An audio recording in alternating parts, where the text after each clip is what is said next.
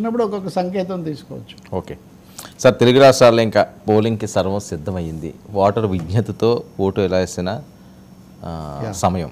So సమస్యాత్మక ప్రాంతాలు వీటి మీద ఈసీలు ఎలా ఫోకస్ పెట్టాల్సిన అవసరం ఉంది, ఏం జరగాల్సిన అవసరం ఉంది? గత ఎన్నికలను ఏమైనా వీళ్ళు పరిగణలోకి తీసుకుంటే అక్కడ జరిగిన చెదురుమదురు సంఘటనలు మళ్ళీ రిపీట్ కాకుండా చేసే విధంగా ప్రణాళికలు ఉన్నాయి అనుకోవచ్చా ఈసారైనా?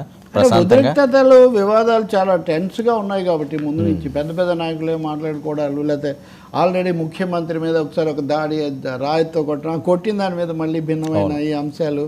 కాబట్టి ఇక్కడ ఒకటైతే మనం చెప్పదగింది ఏంటంటే డీజీపీని కూడా మార్చేశారు. కాబట్టి ఈ డీజీపీ ఏదో అధికార పార్టీకి అనుకూలం అట్లా చెప్పే అవకాశం ఏం లేదు. ఈ డీజీపీని ఎలక్షన్ కమిషన్ స్వయంగా నియమించుకుంది కాబట్టి ఆయన ఆధ్వర్యంలో నిష్పక్షపాతంగా ఇవన్నీ జరగడానికి కావాల్సిన చర్యలన్నీ తీసుకోవాలి. సో ఆల్సో తెలంగాణ సెన్సిటివ్, ఇక్కడ కొంచెం కమ్యూనల్లీ సెన్సిటివ్ అట్మాస్ఫియర్ ఇది కూడా ఉంటుంది కాబట్టి కొన్ని చోట్ల ఇవన్నీ ప్రశాంతత కాపాడే విధంగాను ప్రజలు ఓటు వేసే విధంగా కూడా జరగాల్సిన అవసరం ఎక్కువగా ఉంది. దాని మీద శ్రద్ధ పెట్టాలి. ఇప్పుడు 3 దశల పోలింగ్ చూస్తే తగ్గుముఖం పట్టింది కొంచెం.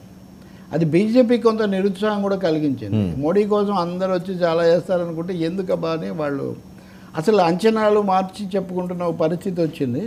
ఇక్కడ ఈ రాష్ట్రాల్లో అయినా ఈ 2 రాష్ట్రాల్లో ఆ పరిస్థితి రాకుండా పోలీసులు అలాగే అధికార యంత్రాంగం అన్ని జాగ్రత్తలు తీసుకోవాల్సిన అవసరం ఉంది. పార్టీలు కూడా ఇంకా తిట్టుకోవడం అనవసరం. ఓటర్ ఒక డెసిషన్కి వచ్చి ఉంటాడు, మ్యాక్సిమం వచ్చేసినట్టు అనుకోవచ్చు అండి. ఓటర్ డెఫినెట్గా వచ్చి ఉంటుంది, డౌటే ఉంది. ఇంతకు ముందే వచ్చి ఈ 2 రోజులు కీలకమేమో కదా, ఖచ్చితంగా ఎవరి నిర్ణయం అంతే కదా. ఆఖరి నిమిషంలో కూడా ఈ మార్పు రావచ్చు కాబట్టి డిస్టర్బ్ చేయకుండా ఉండాలి. అందుకే తికమకలు, అబద్ధ ప్రచారాలు, విద్వేషాలు, లేకపోతే ఇదిగో అయిపోయింది అదిగో అయిపోయింది అట్లా అయితే ఇట్లా అంట ఇట్లా అయితే అట్లా అంట ఇటువంటివన్నీ వాళ్ళ తికమక గజిబిచ్చేస్తారు. ఎప్పుడు కూడా సంఘ వ్యతిరేక శక్తులు లేకపోతే తమ మీద ఓడిపోతున్నాము అని భయపడేవాళ్ళు,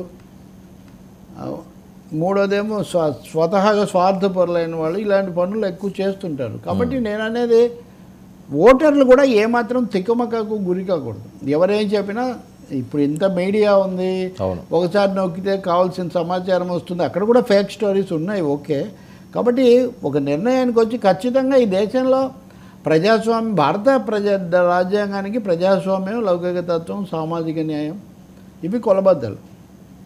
ఇక స్త్రీ పురుష సమానత్వం అనుకోండి యాడ్ చేయండి.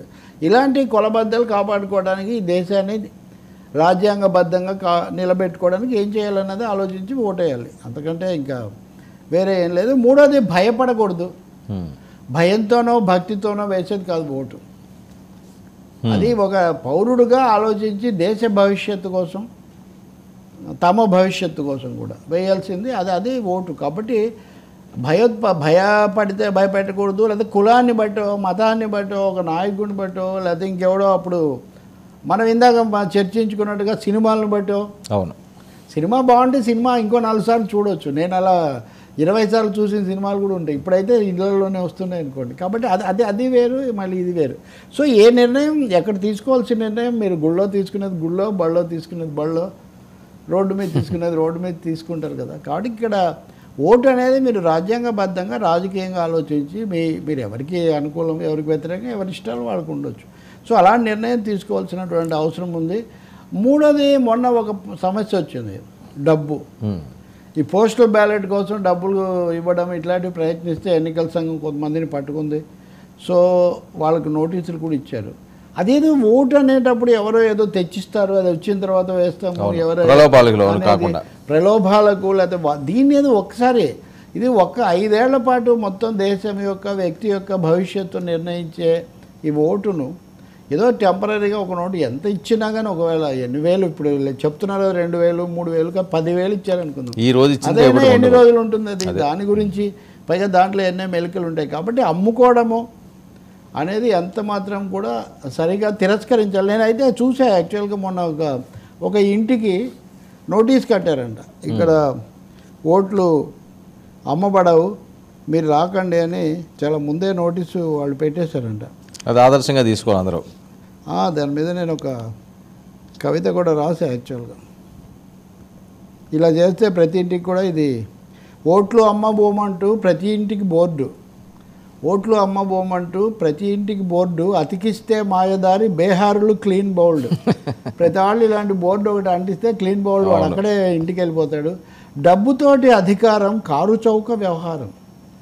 డబ్బుతో అధికారం కొనుక్కోవచ్చు అనుకోవడం చాలా కారు చౌక వ్యవహారం. ఎందుకంటే కారు చౌక ఎందుకంటే వాడు కేవలం నీకు ఒక 2,000 ఇచ్చి అధికారమే కొనుక్కుంటున్నాడు. అవును. డబ్బుతోటి అధికారం కారు చౌక వ్యవహారం, గద్దెక్కిన మరుక్షణం దేశ సంపదలు వేలం. వాడు డబ్బుతో అధికారం కారు చౌక బేరం చాలా తక్కువగా తీసుకొని వాడు గద్దెక్కిన మరుక్షణం దేశ సంపద వేలం వేస్తాడు.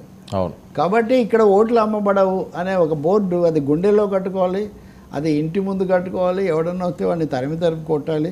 దీనికోసం తయారయ్యే బ్రోకర్లు, దళారులు, లేకపోతే ఒక అలాంటి ఉంటారు, ఒక బ్యాచీ ఉంటారు వాళ్ళు. అలాంటి వాళ్ళను తప్పకుండా ఏమాత్రం చోటు లేకుండా వాళ్ళకి చేయాల్సినటువంటి అవసరం ఉంది.